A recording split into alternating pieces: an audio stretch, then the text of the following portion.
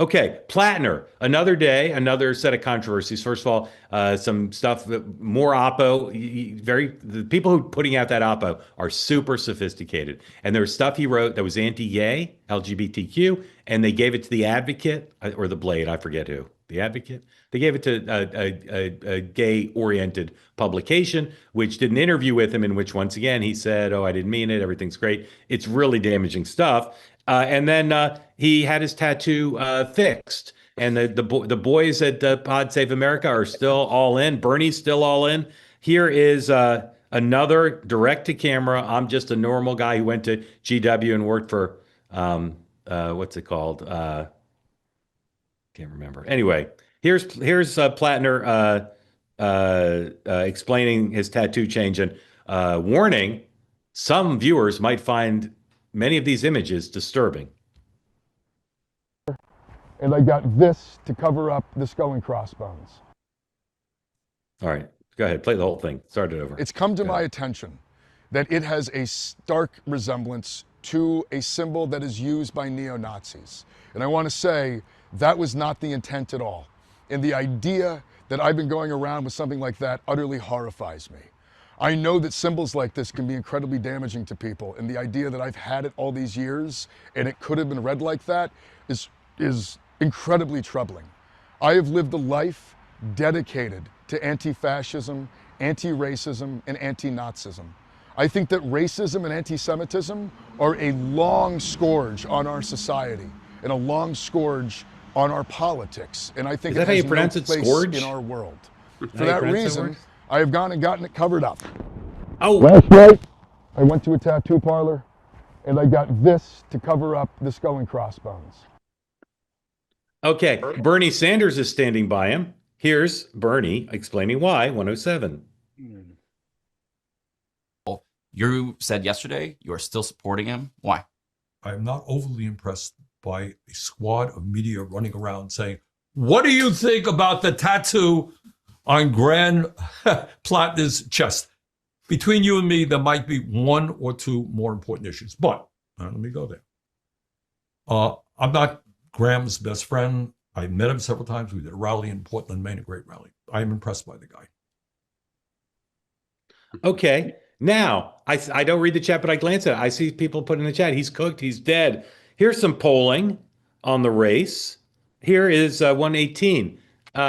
This surprises me. And obviously, you know, some of the Plattner stuff is new. Plattner, 58. Janet Mills, 24. Dan, why is, again, this poll does not fully, I don't even know what dates it was done. It obviously doesn't fully reflect this full controversy. But why is Plattner so far ahead?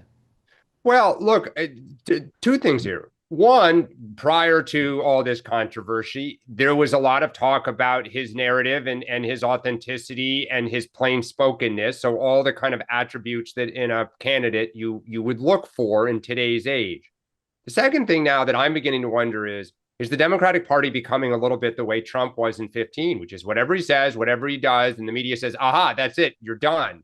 The party says, nope, we're standing by this guy. We believe in him for A, B, and C, D reason. It is possible, and we've said, I don't think he's going to get out of the race. Yeah. That this is going to harden his supporters, make them dig down and work for him harder. Yeah. And Janet Mills looks like the establishment, Oppo research and Sean, all the things to discredit. Sean, here's what I'm confused by. Schumer worked hard to get Mills in the race. Right? Now, that poll does not, at least they haven't put out general election numbers, but they must have done polling before they decided Mills not only would be a stronger general election candidate, but could be the nominee. If that poll's even close to right, what is the DSCC thinking to send, and what is Janet Mills thinking? She's running up against the Plattner buzzsaw. That's what the Oppo research is about, right? Well, like to try to correct it, but did they say get in the race? We'll drop all this Oppo and we'll kill him out? Like I was just that is what would be my take. Yeah, sorry, Sean, it's to you.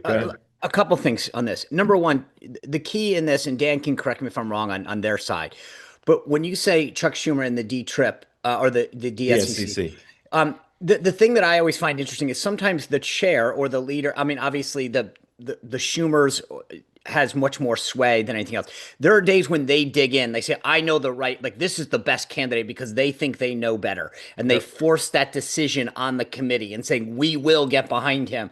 I'm in charge, right? So I think it'll be interesting if there's ever a bit. The story in my mind is who's really pushing this, who's calling the shots. I get the sense that Schumer is, and Schumer is saying traditionally this would be the right thing. The governor would be awesome, right? Of course, and not this newcomer Oysterman dude who I don't know, and he's not beholden to me. I would think all that would be sensible until you see a poll like this that shows Plattner kicking her butt. Right. But well, I would also, sorry. Can I, there's two more things that I want to say about his response, because this is again where, so one, he came out and said, this was his text before he did the video, which was, I made a stupid mistake. I went out and got a skull and bones tattoo with my Marine Corps buddies on Liberty, right?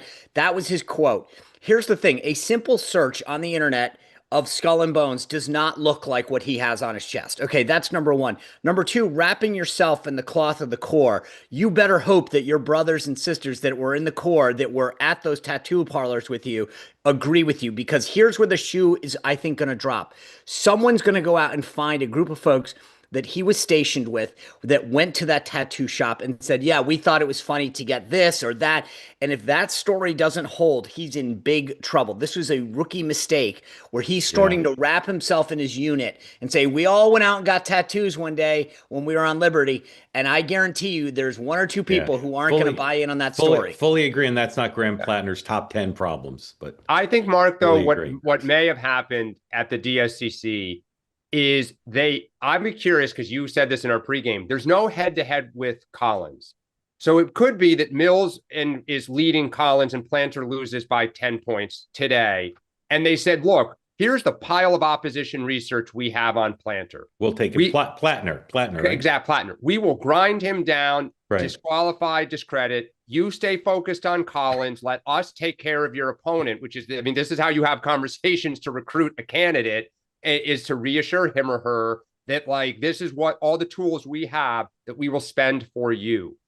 Yeah. Just could be they misread the primary. By the way, but here's the other question is, if you're someone like Janet Mills, right, and reputationally you're looking at what we just showed and laid out, and at some point you're like, do I really at 77 years old want my career to be ended by getting shellacked by a dude? Totally agree. So we'll see how. There's a lot more chapters in this. And does she have the stomach to lean into this? Will she hit the stump and keep hammering? Hey, this is what he did, and this is what he said. Because some candidates don't have the stomach. She probably assumes she doesn't need to because there's more coming, and he'll get out. Exactly it.